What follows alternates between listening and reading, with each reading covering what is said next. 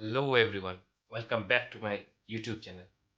कभी कभी किसी देश की छवि कोई वैज्ञानिक अथवा कोई सैनिक दल का शक्ति नहीं होता है। कभी कभी किसी साधारण व्यक्ति में छुपा होता है देश का छवि। क्योंकि हाल ही में कुछ दिनों से देश में एक चर्चा बहुत वायरल हो रहा है। एक 19 साल का लड़का जो कोई ऐसा कर्म कारनामा किया है जो हैरान करने वाला है। काशी की गलियारों में वो छाए हुए हैं।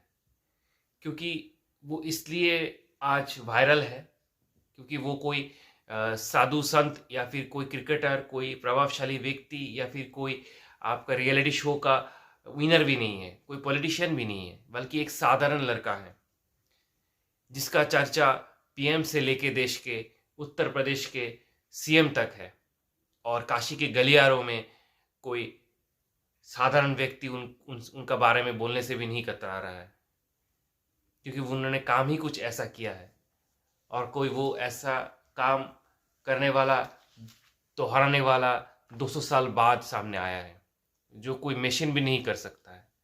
कौन है वो? उस लड़के का नाम है वेदमूर्ति देवव्रत महेश रेखे गणपति, और उनका उम्र 21 साल, जो अहल्यानगर के महाराष्ट्र में रहने वाले हैं।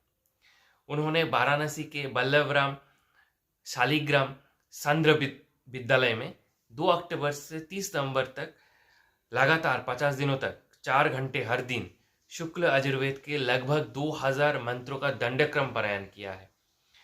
ये एक ऐसा दंडक्रम है जो सरल सरल भाषा में अगर बोला जाए तो लगातार एक ही मंत्रों का जाप, ना सामने से ना पीछे से, दर्जनों तरीके से बोलने का विधि है। और जो बाकी में एक कठिन विषय है, क्योंकि एक गलती फिर से पुनरा दोहराना पड़ेगा, एक मंत्रों का जाप ऐसा कठिन है।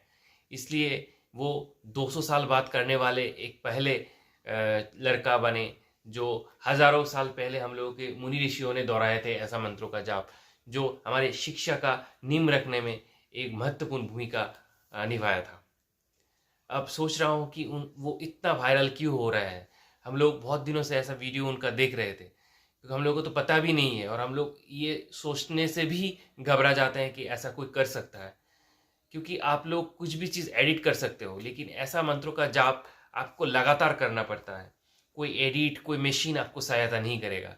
इसलिए हम लोग सोचते हैं कि उनका दिमाग का क्षमता कितना होगा, जो एक मशीन से भी परे है। और उनका चर्चा गली गली में है और देश विदेशों में भी उनका चर्चा है। क्यों ना हो, ऐसा काम ही वो किए हैं। और उनका ये जो कारनामा है उनको हम लोग नमन करते हैं। और उनका जो ये कारनामा है ये देश को गौरवान्वित करता है। और बाकी में उनका वायरल होना लाजमी था। इसी के साथ मेरा ये वीडियो यहाँ पे समाप्त करते हैं। Till then take care and bye bye all.